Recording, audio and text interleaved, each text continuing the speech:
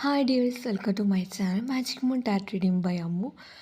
So എല്ലാവർക്കും സുഖമായിട്ടിരിക്കുകയാണ്, happy ആയിട്ടിരിക്കുകയാണെന്ന് വിശ്വസിക്കുകയാണ്. എപ്പോഴും പറയുന്ന പോലെ റീഡിങ് കാണുമ്പോൾ പോസിറ്റീവായിട്ട് നിൽക്കാൻ ശ്രമിക്കുക. ജനറൽ റീഡിംഗ് ആണ്. ജനറൽ റീഡിംഗ് ബേസ് ചെയ്ത് ഒരാളും ആക്ഷൻ എടുക്കാൻ നിൽക്കരുത്. നമുക്ക് റീഡിങ്ങിലേക്ക് ഡയറക്റ്റായിട്ട് പോകാം. പേഴ്സൺ ഓൺ യുവർ മൈൻഡ്, എന്താണ് അവരുടെ തോട്ട് എന്ന് നമുക്ക് ആദ്യം നോക്കാം.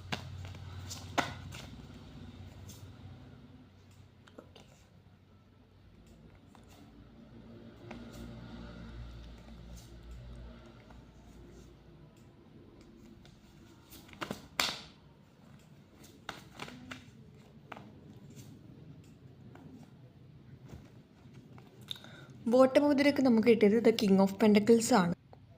എനിക്കിവിടെ ആദ്യം തന്നെ കാണാൻ വേണ്ടി പറ്റുന്ന എന്താണെന്ന് വെച്ചാൽ കുറച്ച് പേരുടെ മാത്രമാണ് ഇപ്പോഴും നിങ്ങളുടെ പേഴ്സൺ നിങ്ങളുടെ കോണ്ടാക്റ്റിലേക്ക് വന്നത്. ബാക്കിയുള്ളവരൊരു പെൻഡിങ് പോലെ തന്നെ നിൽക്കുന്നുണ്ട്. ഇനിയൊരു നല്ലൊരു ടൈം ആവും, വരണോ വരണ്ടയോ, അല്ലെങ്കിൽ ഇതിനേക്കാൾ ബെറ്റർ ആയിട്ടുള്ള ഓപ്ഷൻ ആ ഒരു വ്യക്തിയുടെ ലൈഫിൽ ഉണ്ടാവുമോ എന്ന് വിചാരിച്ച് രണ്ട് കൺഫ്യൂസ്ഡ് ആയിട്ടുള്ളൊരു മൈൻഡിലാണ് നിൽക്കുന്നത്. നേരെ മറിച്ച് നിങ്ങളാണെങ്കിൽ മാനിഫെസ്റ്റ് ചെയ്ത് കുറേ നാളായി അവിടെ വെയിറ്റ് ചെയ്ത് നിൽക്കുകയാണ്, ഈ ഒരു കാര്യത്തിലൊരു വലിയ മാറ്റമില്ല എന്നുള്ള രീതിയിലൊക്കെ ചിന്തിച്ച് നിൽക്കുന്നവരുണ്ട്.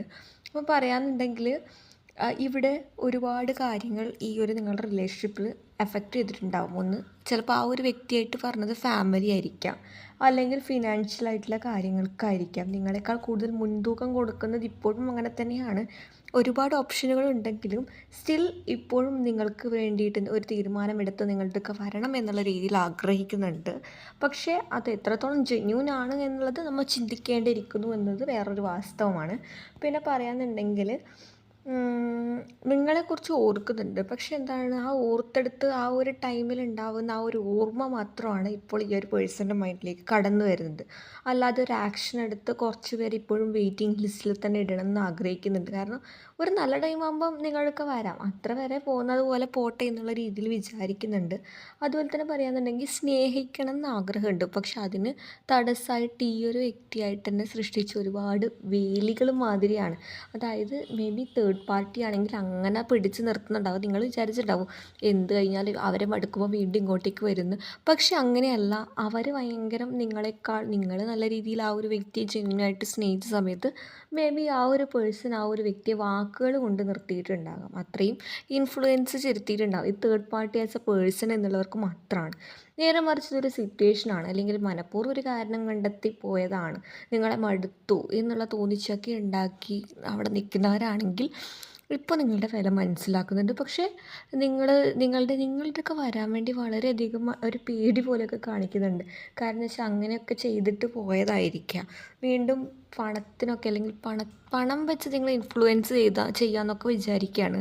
അപ്പോഴൊന്നും ഈ ഒരു വ്യക്തി മനസ്സിലാക്കുന്നുണ്ടാവില്ല. ചിലപ്പോൾ നിങ്ങൾ പണത്തേക്കാൾ കൂടുതൽ ആ ഒരു വ്യക്തിക്ക് ഇമ്പോർട്ടൻറ്റ് കൊടുത്തിട്ടുണ്ട്, ഈ ഒരു റിലേഷൻഷിപ്പ് കീപ്പ് ചെയ്യാൻ വേണ്ടി എഫേർട്ട് എടുത്തിട്ടുണ്ട്. പക്ഷെ അതൊന്നും മനസ്സിലാക്കാതെ പണത്തിന് ഇമ്പോർട്ടൻറ്റ് കൊടുത്തുകൊണ്ട് മേ ബി വേറൊരു പേഴ്സൻ്റെ ലൈഫിലേക്ക് കടന്നു പോയതോ, അല്ലെങ്കിൽ വേറൊരു ഓപ്ഷൻ ഈ ഒരു വ്യക്തിക്ക് ഉണ്ടാവുമെന്ന് വിശ്വസിച്ച് നിങ്ങൾ ഉപേക്ഷിച്ച് പോയതായിരിക്കാം.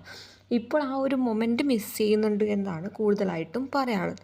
ഇനി നമുക്ക് ആ ഒരു പേഴ്സൺ എന്തെങ്കിലും ഒരു ആക്ഷൻ എടുത്ത് നിങ്ങളുടെ ലൈഫിലേക്ക് വീണ്ടും വരാൻ ആഗ്രഹിക്കുന്നുണ്ടെങ്കിൽ നമുക്ക് നോക്കാം. ഓക്കെ,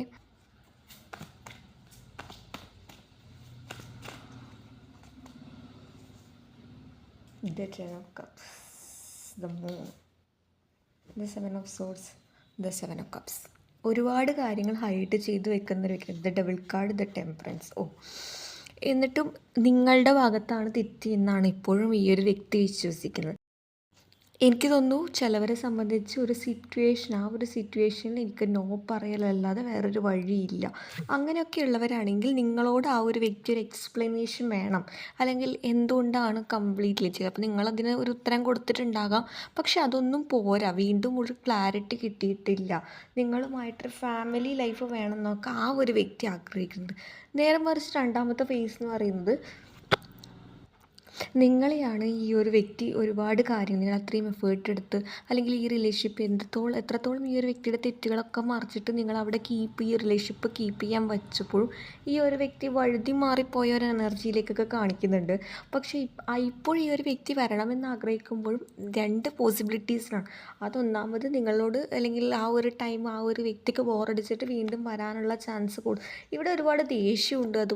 ഇവിടെ ഇപ്പോൾ ഈ ഒരു സിറ്റുവേഷനിൽ ഈ ഒരു വ്യക്തിയുടെ ലൈഫിൽ ഒരുപാട് മൾട്ടിപ്പിൾ ചോയ്സ് എന്നൊക്കെ പറയാറില്ലേ, അമ്മാതിരി ചോയ്സൊക്കെ ഉണ്ടാവും ഒരു കാര്യത്തിലും തീരുമാനത്തിലും ഒത്തുനിന്ന്, അല്ലെങ്കിൽ എങ്ങനെ നിന്നു പോകാത്ത കുറച്ച് ടോക്സിക്, എക്സ്ട്രീം പീക്കിൽ ടോക്സിക് ആയിട്ടുള്ള ലെവലുള്ള വ്യക്തികളുടെ ലൈഫിലേക്കാണ് നിങ്ങൾ വീണ്ടും റീ എൻട്രി ചെയ്യാൻ ആഗ്രഹിക്കുന്നുണ്ടെങ്കിൽ അനിയാ നിൽ, അല്ലെങ്കിൽ പെങ്ങളെ നിൽ, അങ്ങനെയുള്ള രീതിയിലാണ് പറയുന്നത്. കാരണം എന്ന് വെച്ചാൽ വീണ്ടും അങ്ങോട്ട് പോയി നിങ്ങളൊരു ഓപ്ഷനായിട്ട് മാറുക. അങ്ങനെ ചിലവരൊക്കെ വിചാരിക്കുന്നുണ്ട്, ഓ ഇനിയിപ്പോൾ ഇങ്ങോട്ട് പോയിട്ടില്ലെങ്കിൽ ഞാൻ അങ്ങോട്ട് പോയിട്ട് മെസ്സേജ് അയച്ചാലോ എന്നൊക്കെ രീതിയിൽ നിങ്ങൾക്ക് ചിലപ്പോൾ തോന്നുന്നുണ്ടാവാം.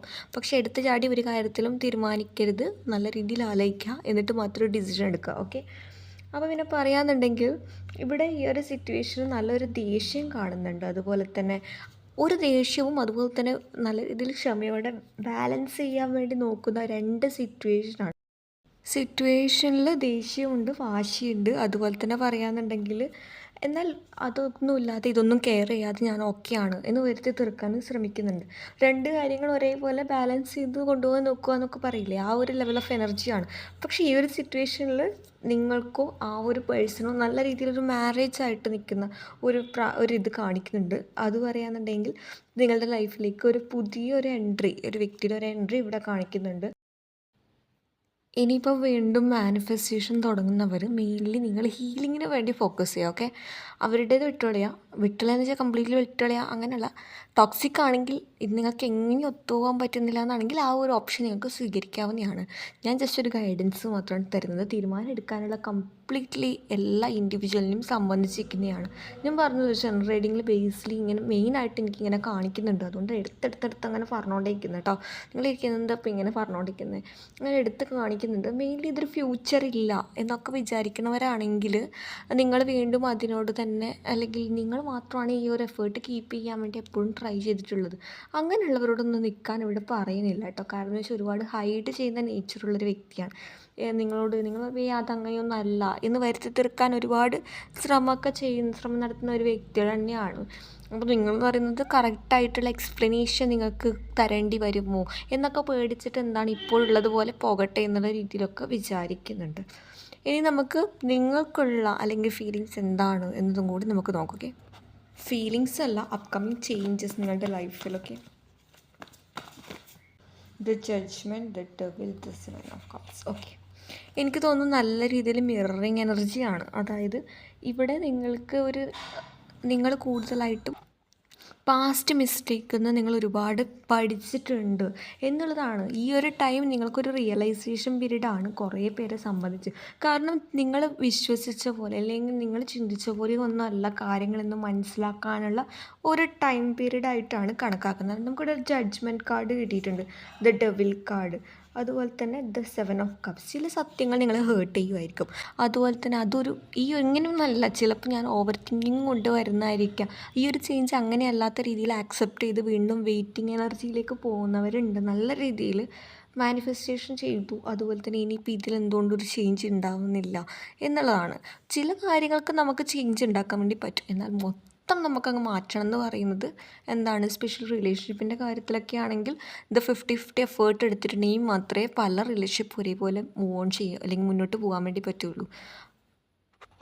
നേരെ മറിച്ച് ഒരാൾ മാത്രം എപ്പോഴും എഫേർട്ട് ചെയ്യുകയാണെങ്കിൽ ആ ജീവിതാവസാനത്തോളം അങ്ങനെ എഫേർട്ട് എടുത്തുകൊണ്ടേ ഇരിക്കേണ്ടി വരും.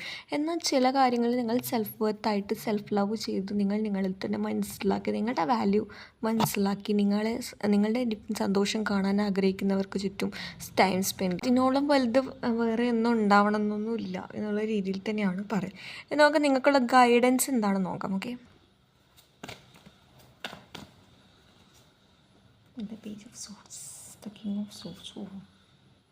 The page of swords, the king of swords. Mirroring energy എനിക്കിവിടെ ഒരുപാട് ഫീൽ ചെയ്യുന്നുണ്ട്. ദ ജഡ്ജ്മെൻറ്റ്, നമുക്ക് oracle blessing, breaking tree. Bottom of the deck എന്ന് പറയുന്നത് the navigating by the stars ആണ്. നമുക്ക് നെക്സ്റ്റ് നിങ്ങൾക്കുള്ള ഡിവൈൻ മെസ്സേജസ് എന്താണെന്ന് പറയാം. The master Jesus card and Odin card, the psychic insight. ഓരോരോ എക്സ്പീരിയൻസിലൂടെയാണ്. അപ്പോൾ ആ ഒരു എക്സ്പീരിയൻസിലൂടെ നിങ്ങൾക്ക് ഫ്യൂച്ചറിലേക്കുള്ള ജേണി എളുപ്പമാക്കാനാണ് എന്നുള്ള രീതിയിലാണ് പറയുന്നത്. അതായത് നിങ്ങൾക്ക് മുന്നോട്ടുള്ള വഴി ചിലപ്പോൾ ക്ലാരിറ്റിയോടെ കിട്ടണമെന്നില്ല. പക്ഷെ നിങ്ങൾ എന്ത് ചെയ്യണം, നിങ്ങൾ സെൽഫ് മോട്ടിവേറ്റഡ് ആയിട്ട് അല്ലെങ്കിൽ ഇതിലൊന്നും ചേഞ്ച് ഉണ്ടാവില്ല എന്ന് വിശ്വസിക്കുന്ന ആ ഒരു കാര്യം മാറ്റി നിങ്ങൾ ശുഭാപ്തി വിശ്വാസത്തോടെ തന്നെ സെൽഫ് മോട്ടിവേറ്റഡ് ആയിട്ട് മുന്നോട്ട് പോകണം. അതിപ്പോൾ ഏത് കാര്യത്തിലായാലും അങ്ങനെ തന്നെ വേണം എന്നുള്ള രീതിയിലാണ് കാണിക്കുന്നത്. അതുപോലെ തന്നെ നമുക്ക് അൺകവറിങ് ട്രഷർ എന്നുള്ളൊരു കാർഡ് കിട്ടിയിട്ടുണ്ട്. അതിൽ പറയുന്നത് എന്താണെന്ന് വെച്ചാൽ, നിങ്ങളുടെ മുന്നിൽ ട്രഷർ ഉണ്ട്, പക്ഷെ അത് ചുറ്റും ഈ ഒരു ഡ്രാഗൺ കവർ ചെയ്തിട്ടുള്ളത്. അപ്പോൾ ആ ഡ്രാഗണെ മാറ്റിയിട്ട് നിങ്ങൾക്ക് ആ ഒരു ട്രഷറിലേക്ക് എത്താം എന്നുള്ളതാണ് പറയുന്നത്. പക്ഷെ അതിനു മുന്നേ ഒരുപാട് ചാലഞ്ചസ് നിങ്ങളുടെ വഴിയിലുണ്ട്.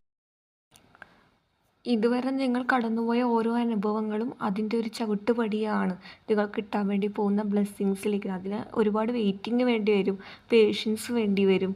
അതുപോലെ തന്നെ പറയാമെന്നുണ്ടെങ്കിൽ ഒരുപാട് ചാലഞ്ചസ് നിങ്ങൾ നേരിടേണ്ടി വരും. പക്ഷേ ഈ ഒരു സമയം കഴിഞ്ഞാൽ നിങ്ങൾക്ക് കിട്ടാൻ വേണ്ടി പോകുന്നത് നല്ലൊരു ബ്ലെസ്സിങ് തന്നെയാണ്. അതാണ് റെയിൻബോ ബ്ലെസ്സിങ് എന്ന് പറയുന്നത്.